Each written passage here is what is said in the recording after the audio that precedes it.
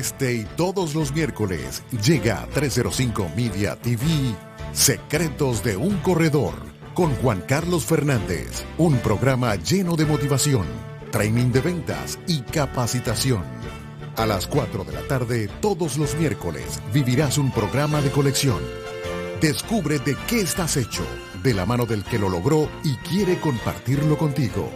Secretos de un Corredor por 305 Media TV. Gente que habla como tú. Secretos de un Corredor es una presentación de Open Insurance.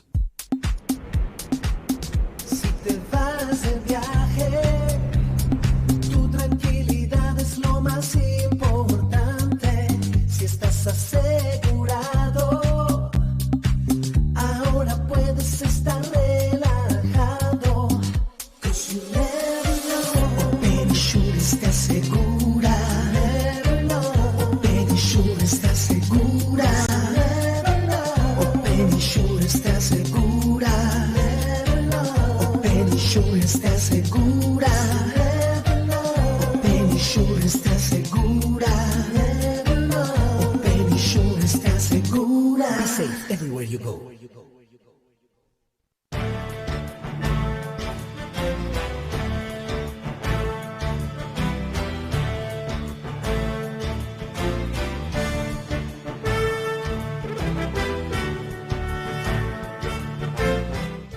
Buenas tardes, bienvenidos a un nuevo programa Secretos de un Corredor. Aquí estamos en 305media.tv y hoy vamos a hablar con una gran promotora del emprendimiento social en Venezuela. Ella por muchos años ha trabajado en el sector público, en el tema de la cultura y muy dedicada pues a todo lo que es el emprendimiento social en Venezuela. Hoy con nosotros estamos con Albe Pérez Belisario. Bienvenida, Albe, ¿cómo estás? Hola Juan, qué gusto estar por aquí, siempre muy agradecida con tu contacto, con tu amistad, con tu invitación y pues admirando cada uno de los proyectos que te planteas y que logras llegar con éxito. Gracias por la invitación. No, vale, gracias a ti. Qué bueno que podemos hablar. Tenía rato queriendo entrevistarte porque soy gran admirador de todo el trabajo que has venido haciendo por tantos años y sí quisiera que nos eches un poquito el cuento de tu historia, que nos cuentes un poco cómo fue esta conexión tuya con la parte de emprendimiento social, con el tema de la cultura y cómo unes el emprendimiento social y la cultura para que sea un motor de crecimiento, un motor de desarrollo del país, un motor de ánimo, de motivación, un motor quizá de esperanza y de energía positiva para la gente que vive en Venezuela y que en medio de toda la frustración, en medio de todas las vicisitudes que se viven en el país, pues pueda continuar con mente positiva y con ánimo, ¿no? Porque yo lo que creo fundamentalmente es que hay que mantener la actitud a lo que nos está pasando y a lo que pasa en Venezuela. Hay que mantener siempre la actitud positiva, pues. Pero cuéntame un poco de esa historia, cuéntanos de tu carrera, pues, ¿no? Claro, con todo gusto. Y efectivamente, no solo la actitud positiva, sino hay que forjar la esperanza. Hay que abrirle camino a la esperanza y no desmayar en ella. Yo, bueno, como bien tú lo sabes y probablemente tu audiencia, algunos de tu audiencia también, yo soy formada por jesuitas desde muy pequeña. A la Compañía de Jesús le debo buena parte de la formación en valores que tengo hoy en día, igual que a mi familia, por supuesto. Vengo de una familia profundamente demócrata, de una familia de venezolanos de larga data. Nosotros, yo siempre lo digo en plan casi de chiste, pero es una realidad. Mi familia es venezolana. Desde hace mucho tiempo, muchas generaciones, mi familia es venezolana. Con lo cual no aplico ni por casualidad para ningún pasaporte de ningún estilo.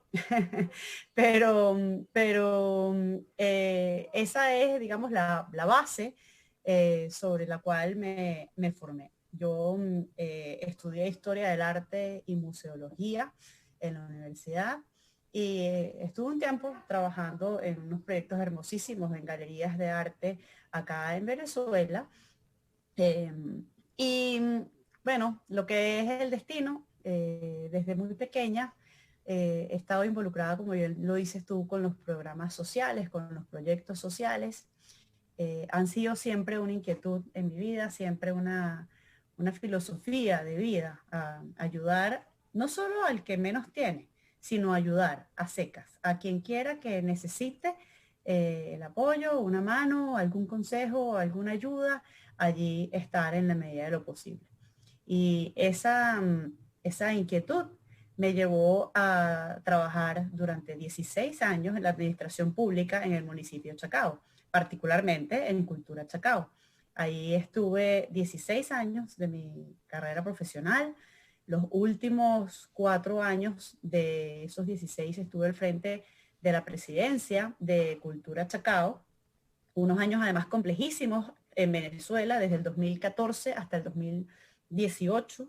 Estuve en la presidencia de Cultura Chacao, lo cual significó un reto desde lo profesional muy, muy, muy fuerte, desde lo personal también muy fuerte, porque yo asumí la presidencia en el 2014 junto a un equipo fantástico de gestores culturales muy comprometidos con el país, y podrás recordar que ahí mismito, en febrero de 2014, se desató Fueron todas las revueltas estudiantiles, social, claro, esa crisis profundísima social que se mantuvo durante prácticamente todo el año y que devino además en una serie de acontecimientos que se fueron complicando cada vez más. La salida, cuando metieron presos a Leopoldo López. Exactamente. Esa época. Todos esos acontecimientos sucedieron cuando yo estaba frente a Cultura Chacao. Y bueno, fue un reto complicado porque prácticamente se perdió la calle en ese momento. Me acuerdo perfecto que después de 17 años, Ramón lanzándose a la alcaldía, por fin había logrado tener alcaldía, y a los pocos meses, ¡pum!, surge este brote, ¿no? Fue complicada esa época, fue compleja. Exactamente. Y veníamos de unas gestiones muy, muy lindas del arte en la calle, de la cultura en la calle. Y a raíz de todos esos complicadísimos escenarios del 2014 y en adelante, prácticamente se perdió la calle. Todo lo que nosotros hemos avanzado en materia de políticas públicas y de cultura ciudadana, de la gente en la calle, de la gente acostumbrada a ir a ver un concierto o cine o teatro, los festivales de lectura, bueno, tantas cosas lindísimas que hacíamos en la calle, de repente se vieron truncadas, de repente la gente perdió la costumbre de ir a la calle.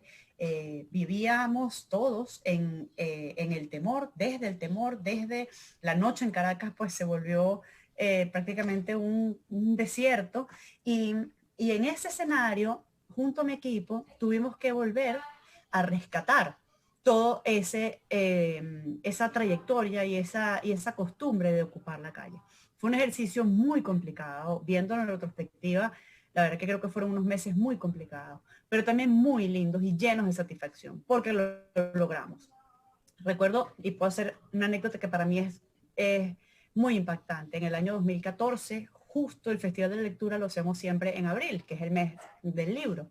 Y ese año, por supuesto, no se pudo hacer porque estábamos en plenos conflictos todas las tardes. Además, en la Plaza Altamira, en Caracas, se armaban esos desórdenes horrendos de la policía y la Guardia Nacional contra los muchachos en la calle, contra los ciudadanos civiles. Y nosotros, además, estaban viviendo en la plaza un grupo de jóvenes que estaban desde allí intentando pues librar una contienda, bueno, que podemos pensar o no que tenía sentido, pero no es la conversación ni el tono de la conversación. Lo que quiero rescatar es que nosotros ese año, en el mes de noviembre, pudimos finalmente llevar adelante el Festival de Lectura, porque nos planteamos como punto de honor no abandonar los espacios, no ceder los espacios. Y fue una negociación sumamente complicada. Fue un trabajo, yo lo veo ahora como un trabajo de psicología social, de hacerle entender tanto a la Guardia Nacional como a los muchachos que estaban ocupando ese espacio y que decían que eso era su espacio y no se iban a mover de allí. Hacerles entender a todos, a ambos grupos, lo importante que es que la cultura haga vida en la ciudad. Lo importante que es que los ciudadanos tengan un espacio de reencuentro, de reconciliación, de reconocimiento, de esparcimiento. De sentirse, ¿no? Un espacio de identidad. para la reflexión. Exacto. un espacio para eso, para la reflexión, para discernir, para buscar respuestas incluso en el espacio público. Como siempre ha estado pensado la ciudad, pensada como el ágora o en la antigua Grecia, esos espacios donde la gente se reunía a conversar, a conocerse, a buscar soluciones a problemas comunes. Y se logró. Para hacerte el cuento breve, mi mayor satisfacción hoy es esa escuela de 16 años en la administración pública. Si te digo la verdad, en estos días me preguntaban, ¿y lo la extrañas? Y honestamente, desde el corazón te digo que no lo extraño porque, ¿sabes? Cuando tú sientes que exprimiste algo hasta la última Hasta el gota. último, claro. Así sí, sí, así siento yo que hicimos nosotros, en mi equipo que me acompañó y yo con Cultura Chacao en esos años. Hoy en día me siento muy feliz de haber logrado lo que logramos, de haber dejado además plasmado en un libro en físico y en digital 25 buenas prácticas de gestión cultural que pueden aplicarse en cualquier escenario, desde las administraciones públicas, las alcaldías, hasta las universidades o comunidades o colegios o en cualquier escenario.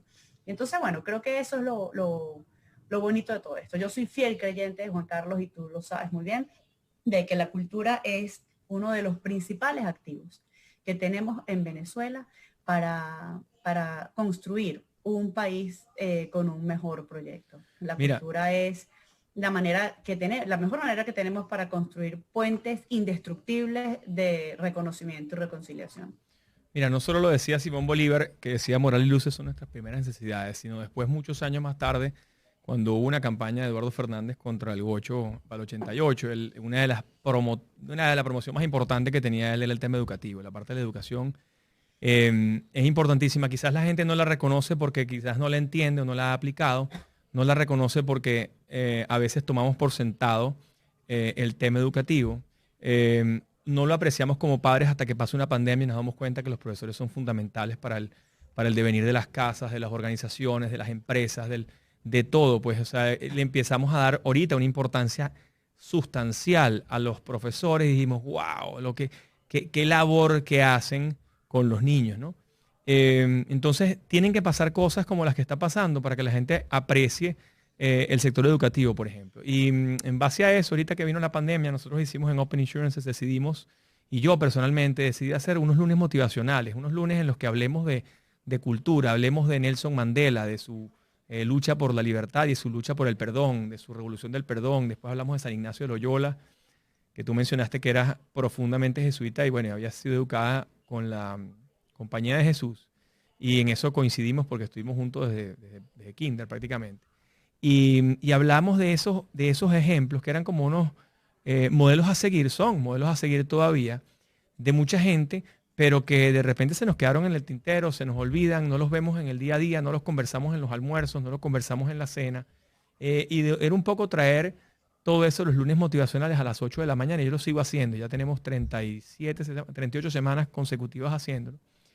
Y la cantidad de gente que apoya la iniciativa es impresionante, porque ya las últimas 10 semanas hemos hablado de personajes venezolanos.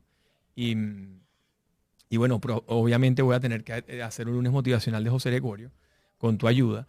Y probablemente te entreviste a ti porque tú eres la que más cultura y más bagaje tienes de José Gregorio, pero sí, yo creo que la cultura y la educación es importantísima. Yo creo que hay un concepto que yo aprendí en un curso de Liesa, que ellos decían el continuo de la educación. Uno no puede quedarse con el bachillerato y la universidad. Y si no tuviste la posibilidad de ir a la universidad, pues hay que hacer cursos de especialización. Si no tuviste la posibilidad de ir a bachillerato, pues hay que hacer constantemente, aprender nuevas habilidades, aprender nuevas destrezas.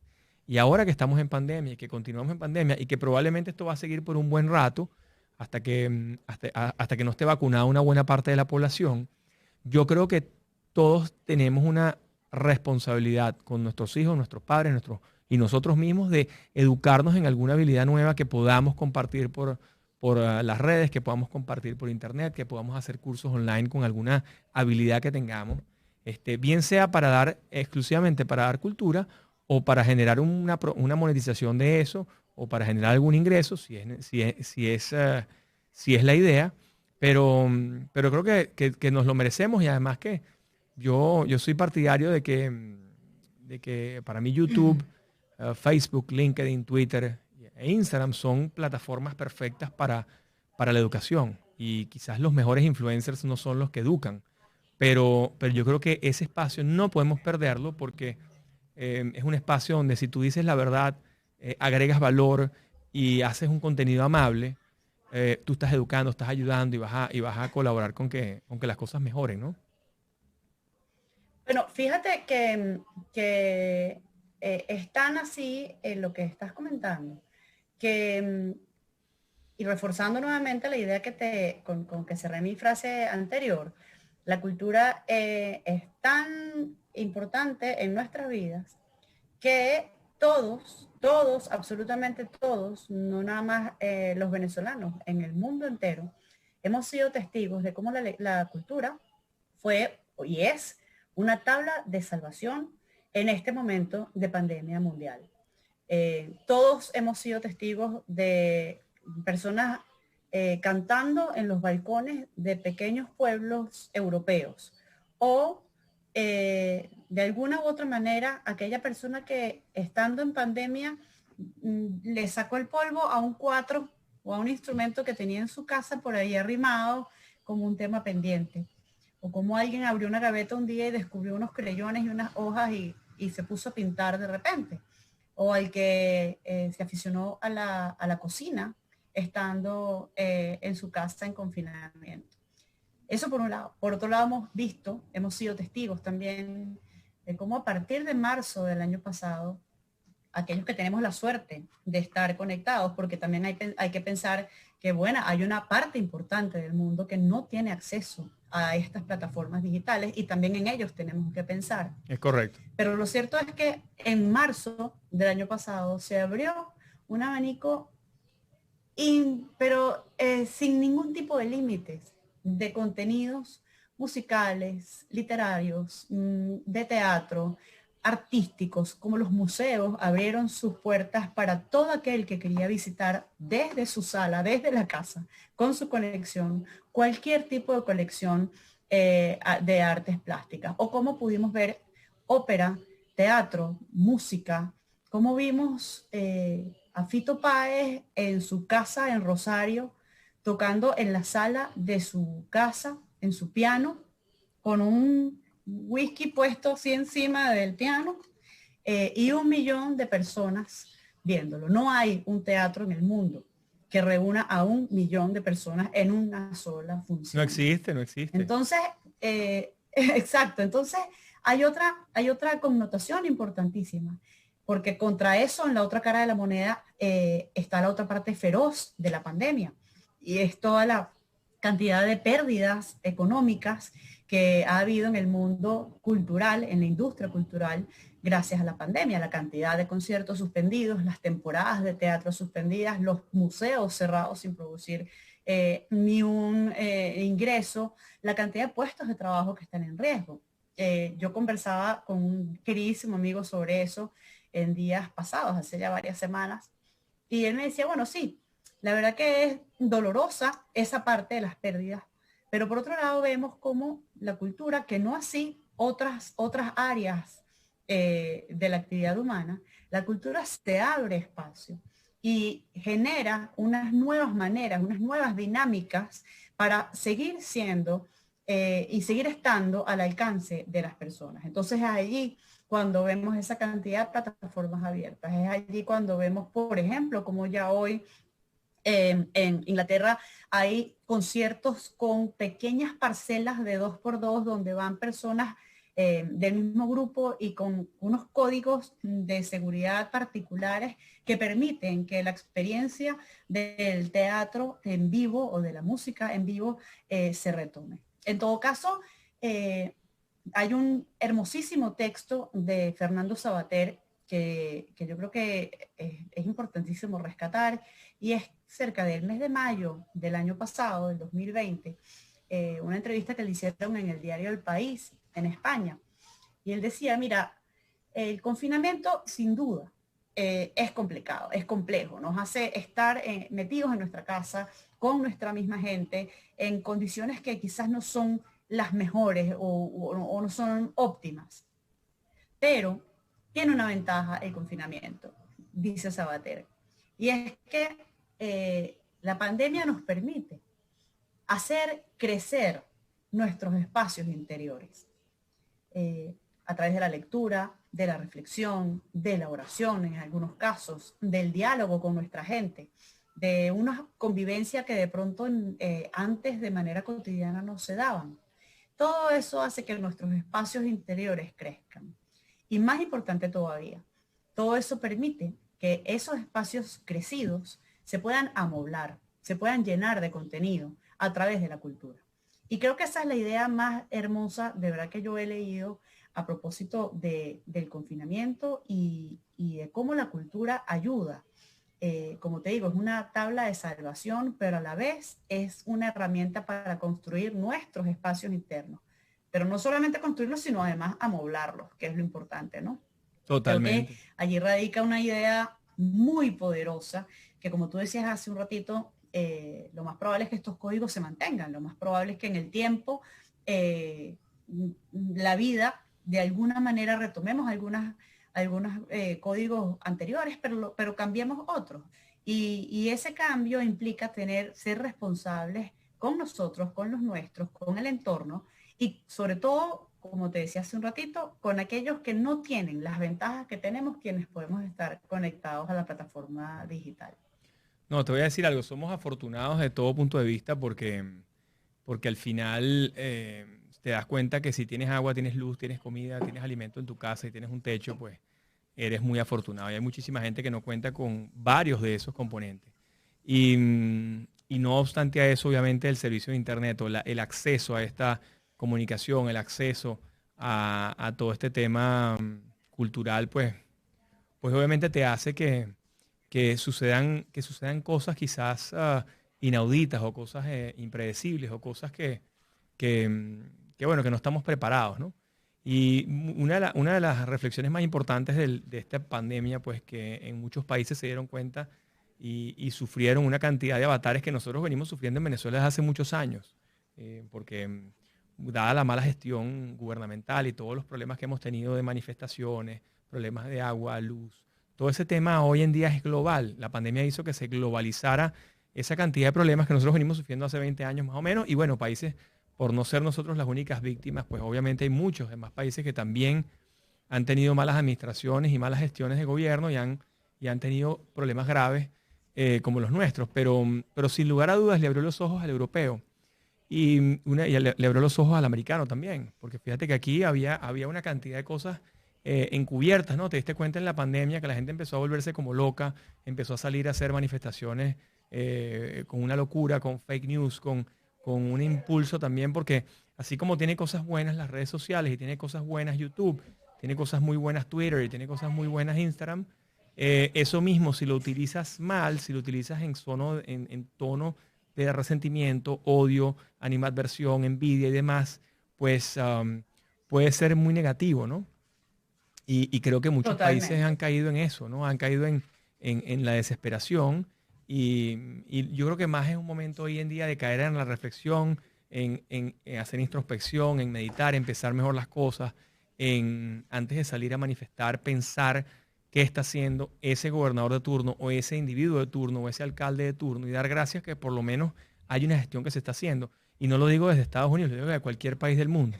Porque no debe ser nada fácil liderar un gobierno en ningún país del mundo hoy, más en esta circunstancia, ¿no? Porque la gente es muy fácil criticar a Inglaterra, es muy fácil criticar a los Estados Unidos, muy fácil criticar a los españoles, o muy fácil criticar a los panameños, pero hay que ver la cara que es estar sentado en este momento y liderar una organización o liderar un país basado en eso.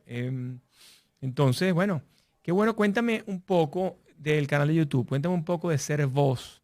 Cuéntame esos nuevos proyectos que tienes, porque tienes dos grandes proyectos ahorita, el proyecto de Ser Voz y todo lo que tiene que ver con la beatificación de José Gregorio. Pero quisiera que me contaras un poco Ser Voz, cómo nace, porque yo vi los primeros capítulos y vi bastante el contenido inicial y bueno, y nos cuentas después qué estás haciendo con José Gregorio Hernández y con la beatificación.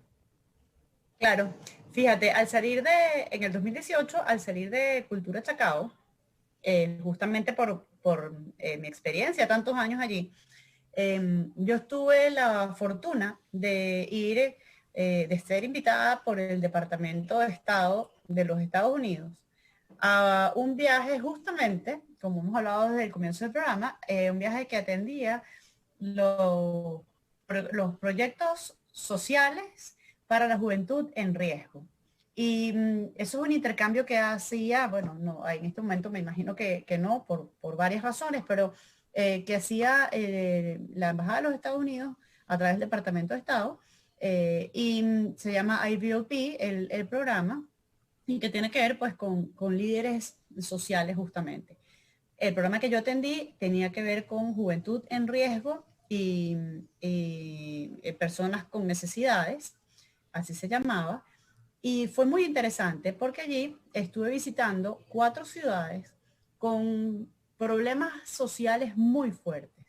Estuve en Chicago, que por supuesto tiene, como sabes, pues todo el asunto de los gangs y esa muy fuerte polémica social que, bueno, ha estado vigente desde hace muchísimo tiempo. Estuve en New Orleans visitando toda la zona que incluso después de Katrina, tantos años después, sigue estando muy golpeada y con muchas problemáticas. Estuve en Utah, en Salt Lake City, también visitando esa ciudad que sorprendentemente para mí me impresionó de verdad la cantidad de problemas sociales que tiene, la cantidad de jóvenes con deserción escolar, embarazo precoz, adicciones, bueno, en fin. La verdad que fueron ciudades con mucha, y bueno, estuve en Washington, D.C. también. A raíz de ese proyecto, yo pude optar a unos grants que daba en ese momento el Departamento de Estado. Y cuando me regresé a Venezuela, les planteé este programa, este proyecto de Ser Voz. Ser Voz se llama así porque responde a una tesis del economista alemán Alfred Hirschman, que dice que ante un problema, una crisis social, nosotros, los individuos, tenemos 2 posibilidades. Una es simplemente hacernos a un lado y dejar que la crisis vaya pasando y simplemente esperar. Y la otra es ser voz y tomar nuestro rol como ciudadanos, como individuos activos y sin ánimos de crear polémica, simplemente plantar mensajes que construyan. Wow. Basada en, sí, es un ensayo hermosísimo escrito por Hirschman. Justamente se llama así, Ser Voz. Y basada en ese ensayo, yo presenté este proyecto, porque justamente el año 2017, 2018, era un año en el que parecía que aquí no estaba pasando nada, que en Venezuela era como una capa de unas noticias feroces y ya. Y justamente yo que tenía y he tenido y tengo la fortuna de ser testigo y de evidenciar que, afinando bien el ojo, hay un país que está latiendo debajo de esa capa tan fuerte de noticias malas y de paralización. Hay un país que sigue latiendo. Hay muchísima gente que todos los días sigue trabajando, sigue echándole pichón a esto. Y sobre todo en el área en que yo me enfoco, que tiene que ver con la industria creativa en general, es muchísimo lo que está sucediendo. Muchísima gente joven. Es impresionante, Juan Carlos, cómo si tú vas hoy a Margarita, ahí hay gente muy joven que rescató recetas de sus abuelas, por ejemplo. Emprendiendo. Polvorosas que hacían las abuelas y ellos montaron una pequeña empresa. Y esa pequeña empresa surte de polvorosas en buena parte de la isla. Pero no solamente eso, sino que todos los proyectos, y te lo puedo decir con toda la propiedad, todos los proyectos de gente joven y de gente no tan joven también, que están haciendo emprendimiento social asociado a la industria creativa en Venezuela, tienen asociado algún proyecto que beneficia a un tercero. E insisto, ese tercero no siempre es el que no tiene nada. ¿Sabes? Ese tercero es aquel que lo necesita, que es lo bonito de todo esto. Hay un muchacho que a mí me impresiona muchísimo, que está en Carúpano. Esta historia te la voy a contar porque a ti te va a fascinar. este muchacho, yo estaba en Margarita haciendo una sesión que tiene que ver con industria creativa para gente joven, para emprendedores jóvenes, y estaban dos muchachos, una muchacha que hace trajes de baño y este muchacho, Jason, recuerdo perfecto, que vive en Carúpano. Ella vive en Margarita, él vive en Carúpano. Jason es ingeniero, estudiaba ingeniería en la Universidad de Oriente y los laboratorios de la Universidad de Oriente los robaron, los desmantelaron y él no tenía prácticas en ese momento. Entonces decidió con un compañero estudiante de ingeniería inventar una app que tiene que ver con algo que yo no hay manera que yo lo logre explicar, que se llama realidad aumentada. Okay. Él me lo explicó, pero créanme que no hay manera, aunque yo intente otra vez, de hacer que alguien lo entienda. Total es que estos muchachos muy jóvenes, tienen 23 y 24 años, desarrollaron esta app de realidad aumentada. Y conocieron a esta otra muchacha que tiene una marca que se llama Sobre Blanc de traje de baños en Margarita. Y esta muchacha conversando con ellos un día, también muy joven, les cuenta que bueno, que oye, que su mejor amiga, que no han podido ir a la playa en hace rato porque su mejor amiga le diagnosticaron cáncer de mama, le tuvieron que hacer una mastectomía y la amiga no quiere volver a la playa porque no se puede poner sus trajes de baño. Total es que estos niños le dicen, mira, nosotros te podemos ayudar a desarrollar con nuestra app un modelo de realidad aumentada en el que tu amiga vea cómo le va a quedar el traje de baño y tú que haces traje de baño le haces el traje de baño a tu amiga. Que le tape las cicatrices, que quede perfecto y que le quede tallado. Claro, exacto. Y esta tipa se puso a trabajar con ellos y les digo, bueno, perdón que tengo que ver esto un minuto.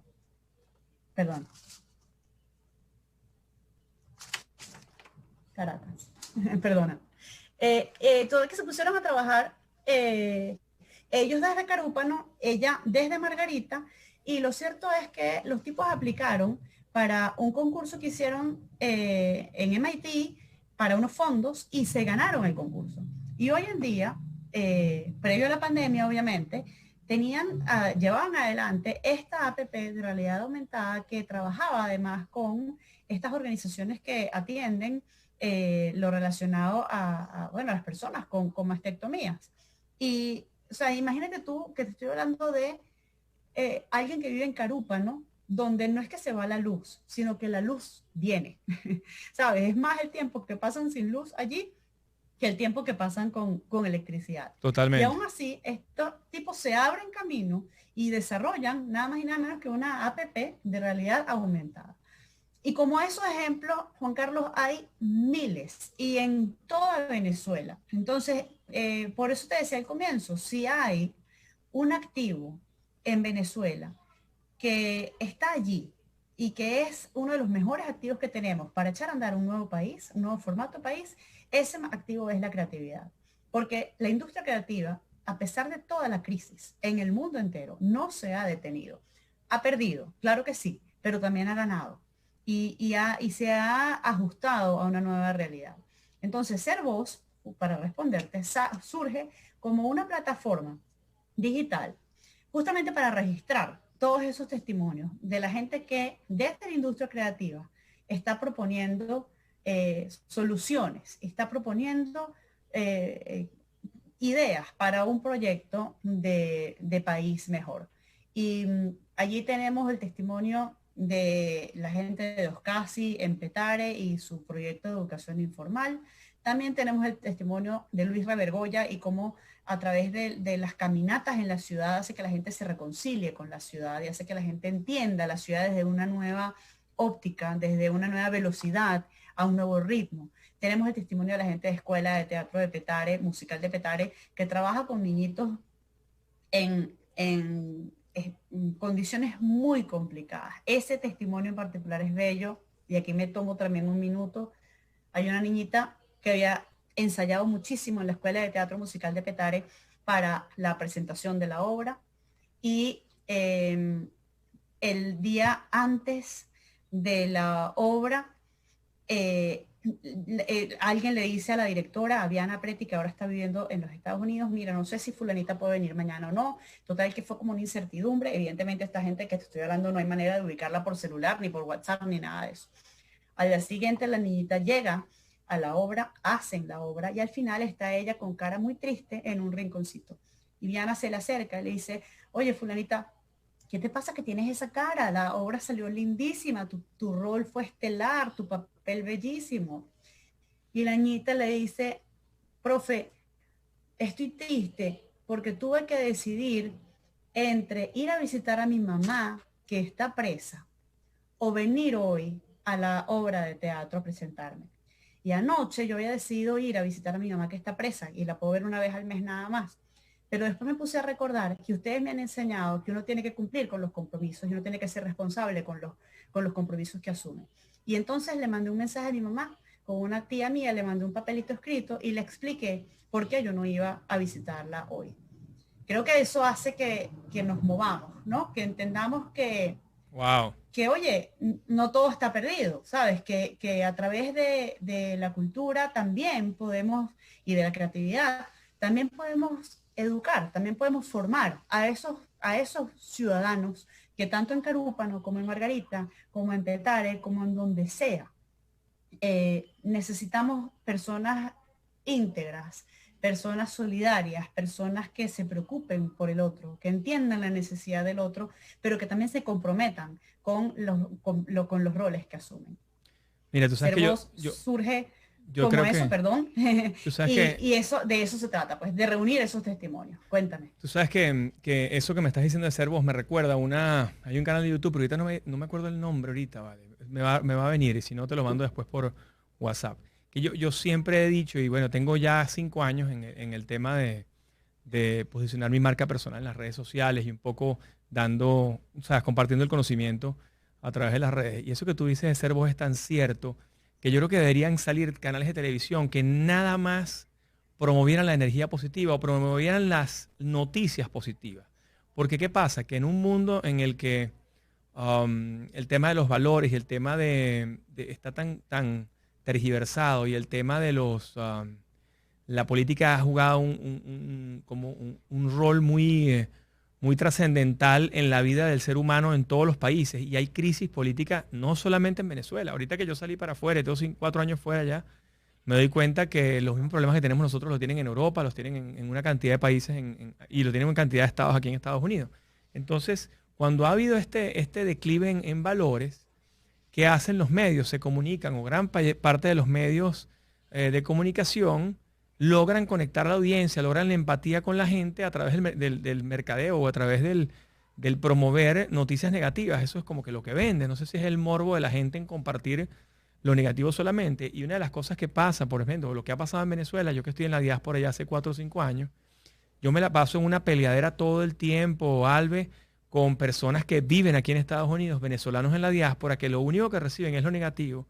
Y entonces piensan que el país se acabó. Y yo ando en una peleadera todo el día, pues yo ya va, mi hijo, yo tengo 4 años viajando a Caracas consecutivamente, a Margarita, que tú sabes que tenemos oficinas en Margarita. Cuando voy a Caracas voy a Maracay, voy a Valencia, voy a donde tenemos clientes, ¿no? Y hoy en día que hemos trabajado tanto con la diáspora venezolana y con los venezolanos en Venezuela, ayudando a corredores de seguros, ayudando a gente a levantar el espíritu, a levantar el ánimo, ayudando a personas que nunca habían vendido un seguro, ponerlas a vender y ayudarlos a darles el know-how, compartir ese conocimiento, ¿no? Yo me doy cuenta que deberían haber canales de televisión, canales de YouTube dedicados exclusivamente a mandar mensajes, qué cosas buenas están saliendo en Venezuela hoy, por ejemplo. Y hay una gente que se llama Gente que Emprende, que lo vi el otro día y me quedé fascinado. Y así como ellos, hacer mucho espacio en el que se compartan las cosas positivas. Porque es que si no, lo único que recibimos es los headlines. Y los headlines, por vainas del destino o por cosas del periodismo, son las tragedias, lo que comunica más rápido. O sea, la gente dice la cosa negativa. Si va a echar un chisme o va a decir alguna fechoría de alguien, probablemente se conecta mucho más rápido y lo repite 10 veces a algo que es negativo. Pero si mañana, por ejemplo, una persona con una trascendencia o con una labor increíble, intachable por 25 años, comete un error como, por ejemplo, fumarse una cuestión de marihuana o portarse mal o tener un amante, hacer algo, toda su carrera de 25 años la turbian y la rompen por ese simple método, porque la gente se conecta más, pero se les olvidan los 25 años que ese individuo fue intachable, espectacular, increíble. Entonces yo creo que ahí hay que hacer algo Y esa plataforma que tú estás montando me parece genial porque Servoz puede ser una plataforma de apoyar a todos esos emprendedores. Mira, a mí el éxito mayor que me ha dado todo el tema de las redes sociales ha sido el ayudar a los demás. Cuando yo ayudo a un emprendedor joven, un muchacho, por ejemplo, me tocó con un muchacho ignaciano que tenía un emprendimiento en Caracas, impresionante cómo el muchacho creció una barbaridad. Ya tiene oficinas en Madrid, ya tiene fábrica en Caracas, un emprendimiento que empezó en el horno de su casa. Y así como ese te puedo mencionar por lo menos 40 o 50 emprendedores en los que hemos apoyado sin compromiso, sin ninguna, o sea, sin esperar recompensa de nada, sino lo hemos hecho natural porque yo no soy millennial, no soy millennial, soy wannabe millennial, puede ser, pero yo creo Estás lejísimo de ser millennial. Lejísimo, muy lejos. Pero soy wannabe, pues, vamos a hacer wannabe millennial. Y wannabe millennial en el tema cultural, que es que, por ejemplo, si yo tengo una fórmula secreta, yo la comparto. De hecho, mi libro se llama Secretos de un Corredor y ahí pongo todas las técnicas de ventas que yo utilizo para lograr vender $1 millón en 12 meses. Y lo he hecho una, otra y otra vez. O sea, no es que lo hice un día en el año 99 y después un día en el 2003. No, lo he hecho consecutivamente por 20 años. Entonces, cuando la gente ve eso, dice, pero aquí me da todos los tips. Sí, ahí están todos los tips, todo lo que yo hago. Está ahí. Y está el libro en Amazon hoy en día para todos los que sean Prime. Es gratis, totalmente gratis. El precio es insignificante si lo compras en Kindle. Si lo compras en paperback, bueno, tiene unos costos que los coloca Amazon y hay que ponerlos. Pero, por ejemplo, el curso online, igual, ahí están todas las técnicas. Lo hice audiovisual y lo hice escrito. ¿Por qué? Porque yo creo que cualquier persona que venga de Guasdualito, de Yaracuy, de Ciudad de México, de cualquier estado, desde Rosario, allá en Argentina, de la Patagonia, de donde sea, que de repente quiera tener un emprendimiento desde su casa, que quiera meterse en el mercado asegurador, hay tantas trabas para que lo haga en el sentido tradicional o la burocracia para que lo haga, que yo lo que quiero es tratar de llegar a esa persona para que ya logre tener empoderado, ya con conocimiento, pueda hacerlo desde su celular. Y bueno, nos ha resultado verdaderamente un éxito rotundo. Lástima que vino la pandemia y bueno, tuvimos unos setbacks porque nuestro producto estrella era seguro de viajero y como tú comprenderás, las ventas en marzo bajaron 95%, en abril 97%, o sea, terrible pues. Pero bueno, reinventamos el negocio y hicimos todo lo que hemos venido haciendo. Ya tenemos más de 2.000 horas de Zoom, impartiendo conocimiento, impartiendo clases, dando nuevos productos, nuevas cosas. O sea, nos hemos dedicado a los lunes motivacionales, martes, miércoles, jueves producto, viernes entrando a la gente cómo vender, cómo sentarse con un cliente, qué hablar, qué no hablar, cómo escribir, qué decir, qué no hacer, cómo hacer redes sociales, qué es una marca personal. Todo, o sea, están entregando todo el conocimiento porque yo creo que esa es la única manera de lograr cambios importantes. Y naturalmente han salido gente en El Salvador, ha salido gente en Costa Rica, ha salido gente en Argentina que ha logrado vender $1 millón, que pasó de ser 176 de la compañía de seguros donde trabajaba al número 1. Han llegado testimoniales de todas partes, de mismo Venezuela, personas que me escriben y me dicen, oye Juan, gracias por ese libro, gracias por ese curso online que nos regalaste a los venezolanos en plena pandemia, porque gracias a eso salí y vendió 50 pólizas por Instagram, cosa que jamás había hecho. Otras me lancé al agua y me puse un video y el video fue increíble, la gente se conectó muchísimo. Entonces, ese son el tipo de cosas que yo creo que como comunicadores sociales o como periodistas, yo no soy periodista ni soy comunicador social, pero tengo como la vena de hacerlo y probablemente me toque estudiarlo posteriormente. Pero yo creo que es una responsabilidad importante decir las cosas buenas. Y hay tanto en la diáspora. Yo el otro día hablaba en la junta directiva de la Cámara Venezolana Americana, que ahora soy director aquí en Miami, de Venezuelan American Chamber of Commerce, que nosotros invitamos a todos los amigos, empresarios que tengan empresas pequeñas y medianas, que por un monto insignificante pueden unirse a la Cámara. Y yo decía y que el activo más importante que tiene Venezuela afuera no es Citgo. El activo más importante que tiene Venezuela fuera de Venezuela es la diáspora. Porque ese capital humano va a ser, sin temor a equivocarme y sin ninguna duda, lo mismo que fue para los judíos la diáspora judía, lo mismo que fue para los armenios la diáspora armenia, y lo mismo que ha sido para la diáspora gallega, la diáspora dominicana, la diáspora salvadoreña, la diáspora nicaragüense, que hoy en día los llaman hermanos lejanos, en El Salvador, por ejemplo. En Costa Rica le ponen otro nombre, en Nicaragua le llaman otro nombre. O sea, cada uno le da un nombre a su diáspora. Y hoy en día, por ejemplo, Dominicana, muchísima gente no lo sabe, pero Dominicana buena parte de la gente humilde vive de las remesas de lo que trabajan sus familiares fuera. En El Salvador lo mismo. En una cantidad de países del mundo. Los armenios no pudieran vivir hoy.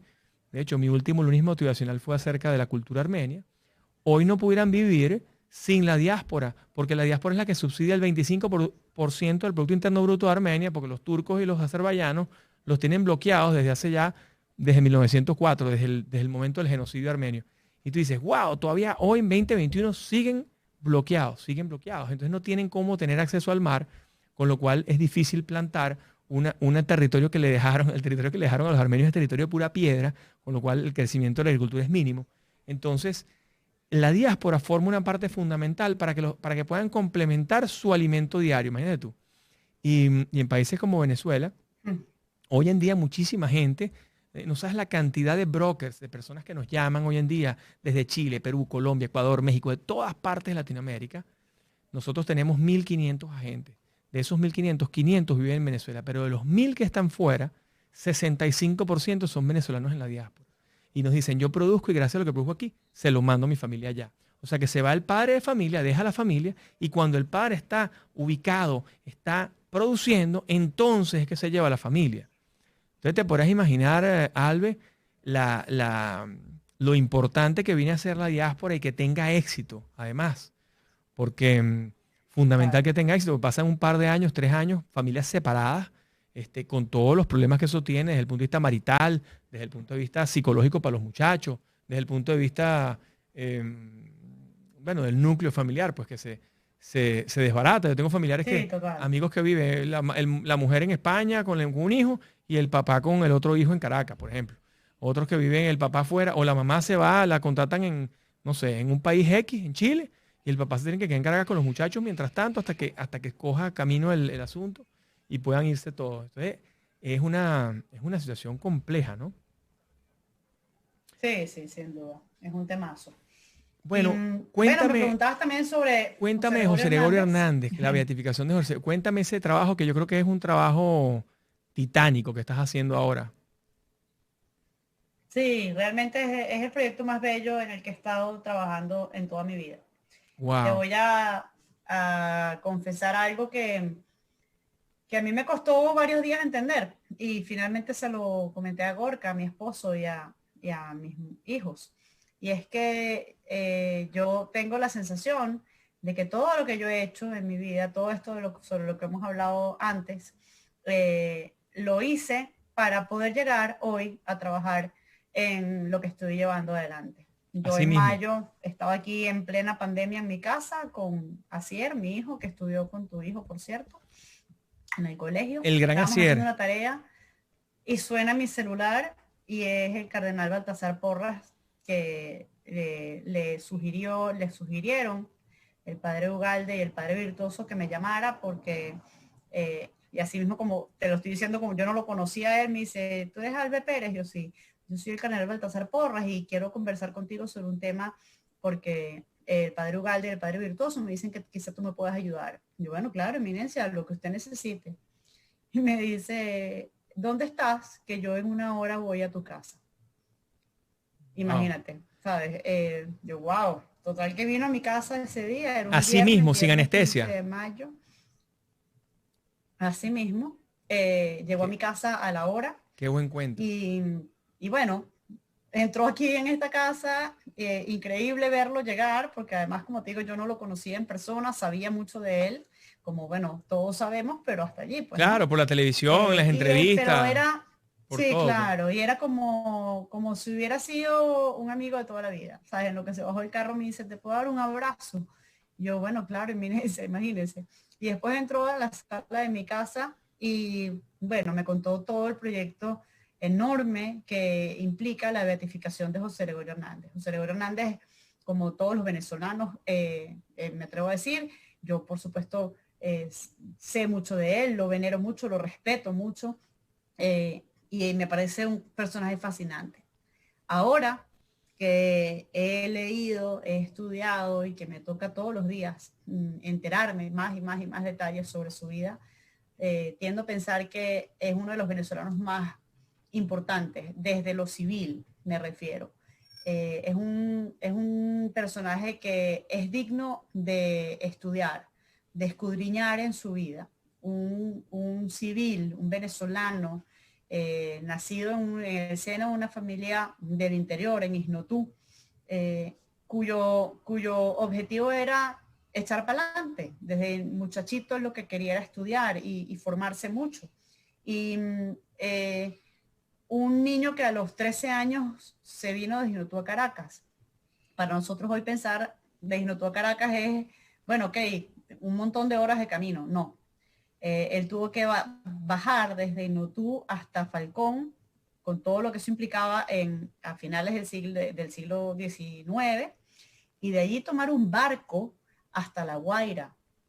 Y luego de días de navegación desde La Guaira subir hasta Caracas. Con lo cual estamos hablando de un montón, de un trayecto complicadísimo, complejísimo para un niñito además solo de 13 años. Lo cierto es que a partir del 15 de mayo asumí la coordinación nacional de la beatificación de José Gregorio Hernández. Es un trabajo que me ha permitido, pues, por un lado, conocer mucho más a este personaje que, como te digo, es fascinante y es un ejemplo a seguir. Es un tipo normal, como tú, como yo, que se aferró a la fe católica y que desde la práctica de la medicina decidió vivir haciendo el bien a los demás. Y esa decisión de vida, de vivir haciendo el bien, es lo que ahora lo lleva a los altares mayores y lo que lo va a convertir en santo. Es muy conmovedor, de verdad, escuchar los testimonios de tantos venezolanos dentro y fuera de Venezuela que sí tienen algo que contar, alguna anécdota, alguna historia, algún favor que han recibido de José Gregorio Hernández. No hay un venezolano que no escape de eso. Yo hago el ejercicio cotidiano, Juan Carlos. Caracas sigue siendo lamentablemente una ciudad feroz para transitarla. A mí me toca mucho salir porque tengo muchas reuniones fuera y ando siempre con un paquetico de estampitas de José Gregorio Hernández. Y déjame ver si tengo una aquí. Estas estampitas. No sé si la logras ver. Sí, claro. Que fíjate que dice, haz el bien. Y estas estampitas, cada vez que me paran en alguna alcabala, o cada vez que voy a poner gasolina, o cuando voy al mercado y me está ayudando alguien a guardar la compra, o sea, donde sea donde yo vaya, siempre saco una estampita y se la entrego a esa persona. Ay, mándame una por email, mándame una foto después para yo imprimir aquí unas y tenerla a la mano ahí, dársela a los gringos también.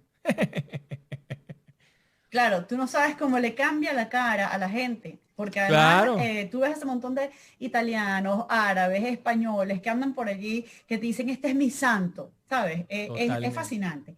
Ahora estamos en pleno preproducción para, si Dios quiere, hacer la beatificación próximamente. Evidentemente estamos, bueno, dependiendo de la pandemia, estamos esperando la respuesta del Vaticano con ya la fecha definitiva para la beatificación. Deberíamos recibir esa respuesta muy pronto. La semana pasada estuvimos enviándole las correspondencias al Papa y a todos los involucrados en el caso. Y apenas, bueno, tengamos esa fecha ya confirmada, pues la haremos saber y trabajaremos juntos en favor de la beatificación de José Gregorio Hernández. Me avisas para acompañarte. No hay opción. Me avisas para acompañarte a Roma. Claro. No, es en Caracas. La beatificación va a ser en Caracas. Ok. Wow.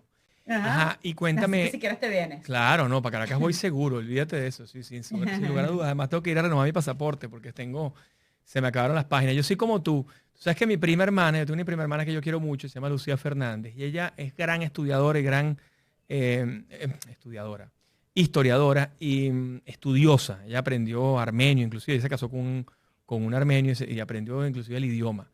Y ella estuvo averiguando los ancestros nuestros. Entonces llegaron en 1586 un Fernández de la Vega o Fernández, algo así. Bueno, Fernández de algo. Y sí, no tengo chance de otro pasaporte también. Estamos en las mismas. Somos más venezolanos que la arepa. Entonces tengo que ir a Caracas a renovar mi pasaporte porque se me acabaron las páginas. O sea, se venció y se me acabaron las páginas. Entonces, bueno, tendré que ir a quedarme allá a ver cómo soluciono. Pero bueno, me emociona mucho lo de José Gregorio. Vamos a hacer un lunes motivacional. Mándame lo que puedas mandarme información. Sería maravilloso. y hacemos un Claro, lunes. claro, Es más, te la vamos a agregar. un lunes de estos dentro de, no sé, 2, 3 semanas, lo preparamos con tiempo para que quede espectacular y hacemos varios. Créeme, mira, he hecho lunes motivacional de Arturo Uslar Pietri, de René Tolina, de gente, es decir, compartiendo los valores que conocemos y los valores que queremos implantar en los chamos, ¿no? Entonces mis hijos me ayudan de vez en cuando con las preparaciones de los lunes motivacional y me lo ayudan con doble sentido, no solamente para que me ayuden a hacer el trabajo porque bueno, yo tengo miles de responsabilidades, sino también para que ellos aprendan de los valores de estos líderes, ¿no? Aprender de Mandela Claro, a los muy 15 bien. años creo que es clave, ¿no? Aprender de Mahatma Gandhi, esa revolución del perdón, porque una de las cosas que pasa aquí en los Estados Unidos, que yo me he dado cuenta, es que todavía no perdonan, todavía la gente sigue sin perdonar. Y yo creo que hablaba la semana pasada con Tomás Polanco y me dice, hay un libro de un jesuita maravilloso que se llama, ay, ahorita no me acuerdo cómo se llama, me lo dijo la semana pasada, que él lo llama la revolución del perdón. Y, y eso creo que es importantísimo, ¿no? Y José Gregorio, ese tema de Claro. hacer el bien, de hacer las cosas bien, ese tema de promover esos buenos valores, mira, le da a la gente un éxito enorme. Cuando tú haces las cosas bien, el éxito viene ¿cómo se llama? De inmediato. Es increíble. Yo tengo el ejemplo de un equipo de rugby, que son el equipo de rugby de Nueva Zelanda.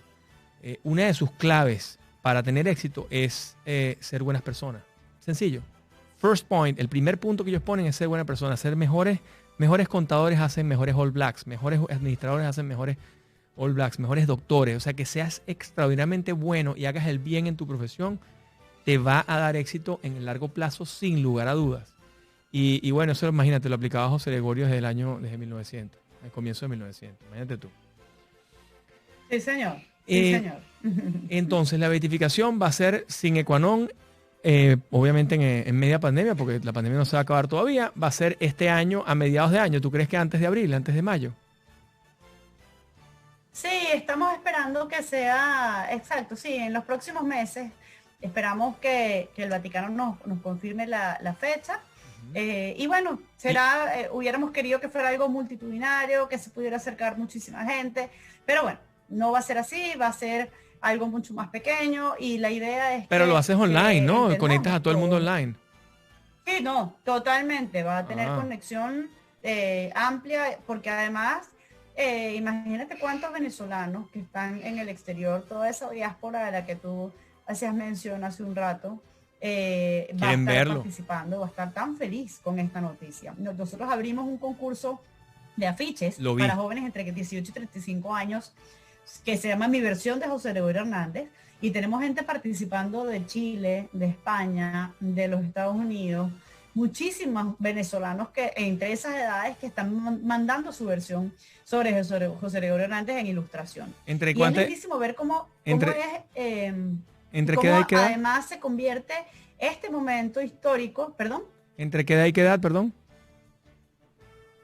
18 y 35 años, Perfecto. de 18 a 35 años. Perfecto.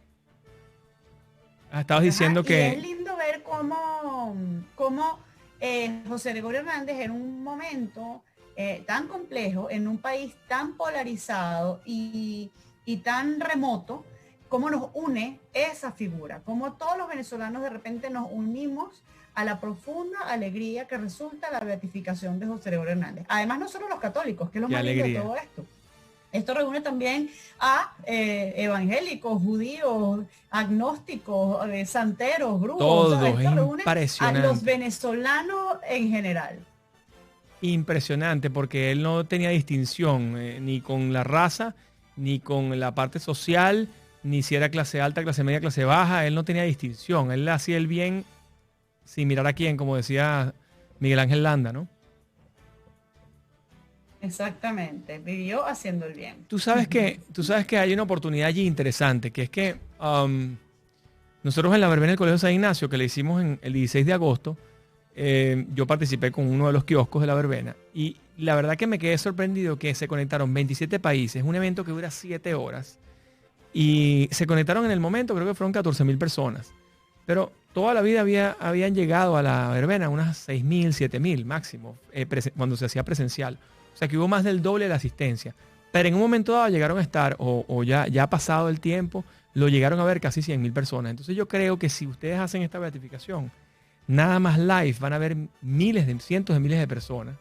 Y después va a quedar ahí ese recuerdo importante que lo pueden ver millones de personas, porque es que es un acontecimiento importantísimo para todos los venezolanos y para muchísima gente de migraciones que llegaron a Venezuela que aman y veneran a José Gregorio. Y muchas de las personas que ya se han devuelto a sus países. 100%. Claro que sí. Efectivamente eso es lo que haremos, si Dios quiere.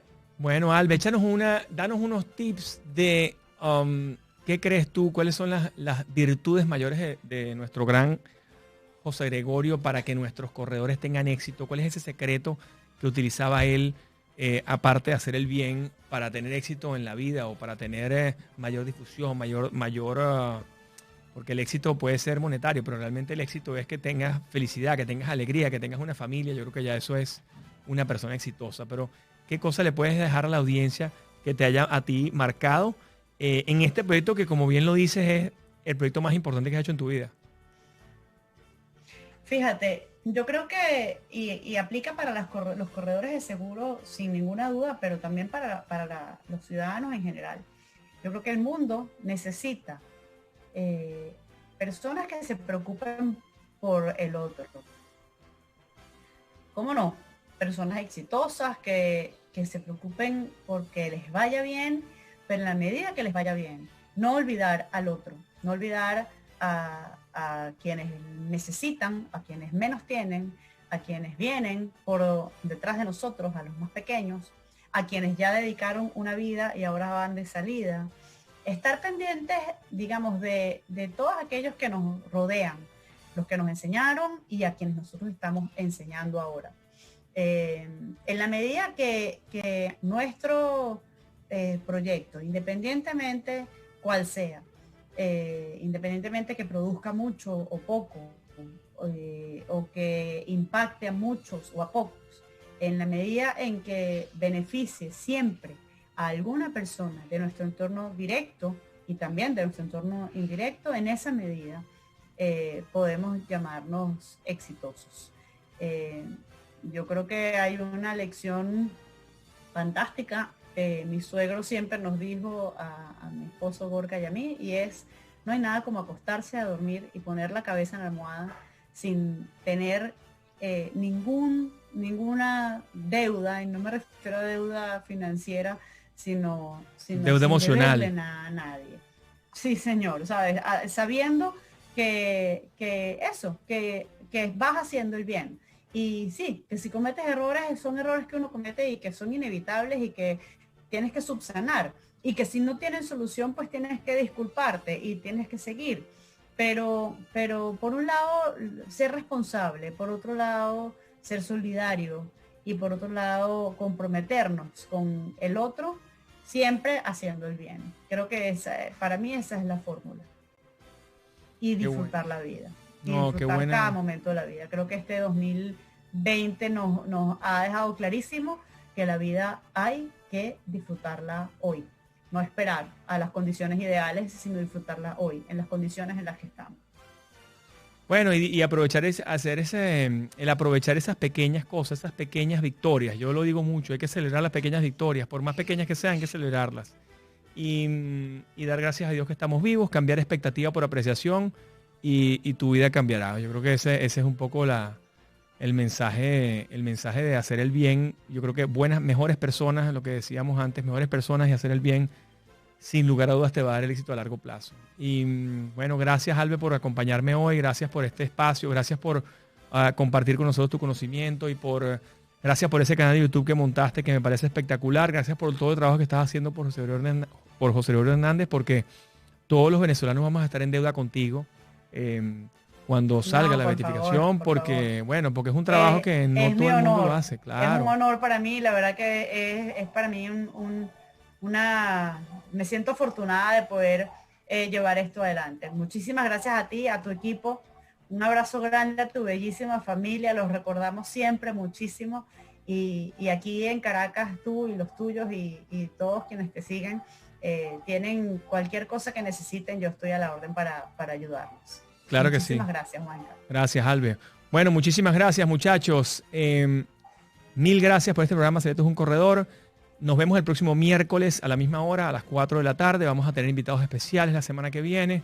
Vamos a tener quizás 2 sesiones la semana que viene. Acompáñanos en este espacio y muchísimas gracias. Síguenos por 305.media TV, en mi canal de YouTube, @gojuanca. En Open Insurances también tenemos este programa, va a estar ahí grabado, así que con mucho gusto lo pueden visitar allí. Y bueno, nos vemos la semana que viene. Open Insurances, because you never know.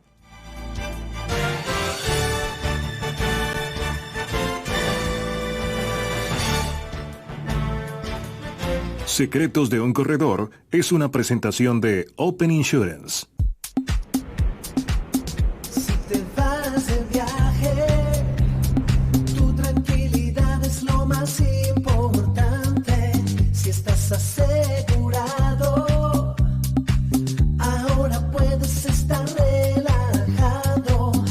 'Cause you never know. Open Insurance te asegura.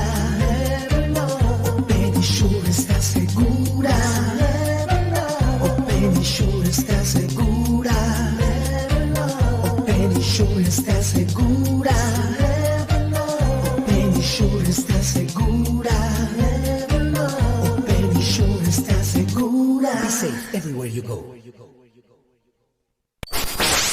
305 Media TV. ¿Qué habla como